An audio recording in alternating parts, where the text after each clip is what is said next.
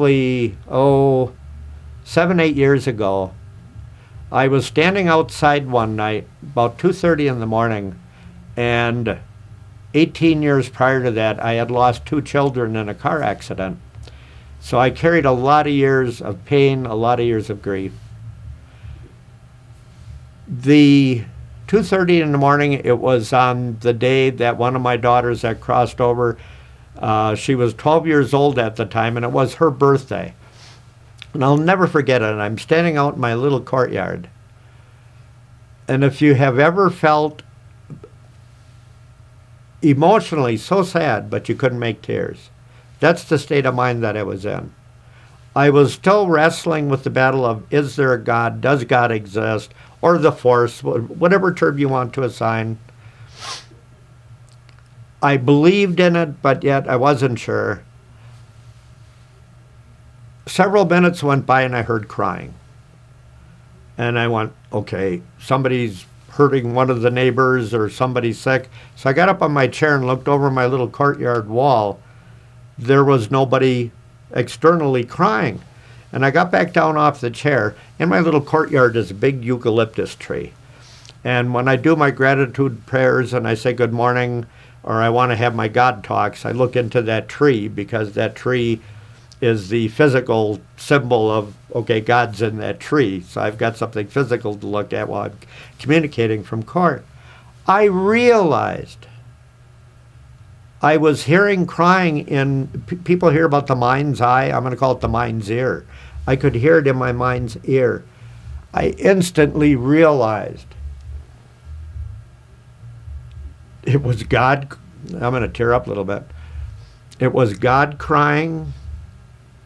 And it was a revelation, because I realized there is such a beautiful, wonderful force at work in the universe, so much so it could feel my pain and was crying for me or with me. It had empathy. It could feel it. That was a big turning point in my life, because I could finally conceive of a creative force out there that wasn't up there with a lightning bolt ready to zap me down if I did something wrong or what I shouldn't have done here in the physical. I could finally rationalize of a God that is so loving and caring. He, she, or it could feel my pain and shared it with me. That was a revelation. And it was another one of the occurrences that got me on the life trail that I'm on now. And that trail is to show people what our true essence is, how connected we are to this planet. Because in my opinion and my findings, as long as we are in the physical, we need to connect to her. We need to connect to the physical planet herself.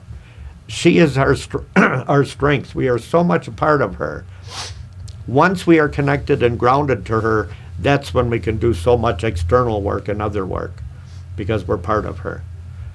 That keeps our feet on the ground, as the saying goes. We're anchored, so we can do whatever we need to do from there. Yeah, a lot of experiences. I've had the lady's voice I spoke of before. I guess I would have to say my guardian angel. And like I've said, I've only had encounters with her 3 times in my life. Very, very important times. And there's no need for her to be there all the time.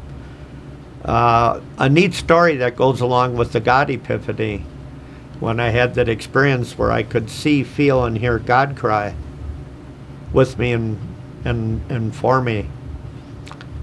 The next morning I got up and I felt great. It was a new revelation, and I'm more in tune with everything. And a lot of the baggage and a lot of the pain I had carried up until that point was gone. That was removed from me. I got up the next morning, true story. Went outside, looked up at the sun, said good morning, looked up at the tree, and I went, good morning, God, what do you have in store for me today? And I kid you not, I heard again in my mind's ear, you're on your own, kid, but I'll be here if you need me. That and then I started laughing. It was just, I went, yeah, okay, I get it. That's why we're here. We're here to learn. We're here to grow. The soul needs to have these physical experiences, good, bad, or indifferent, in order for us to grow. The source, the force, God, is there to help us as we need. In my opinion, and again, just my opinion, I can't say I live a life of a subservient life to God, because for me, I feel, God's there to help us along the way, and he wants us to do good and find our way back. The rest is up to me. That's why he gave us free will. We're in command of our own thoughts, of our own actions. It's up to us to decide what we're going to do with it. Ultimately, we want to do it the right way so we don't have to keep coming back to the pea soup called life too many times, and to also ultimately find our way back to God, to Source.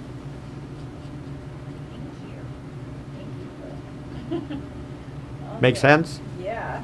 Yeah. No, I almost went in. Every time I tell that story,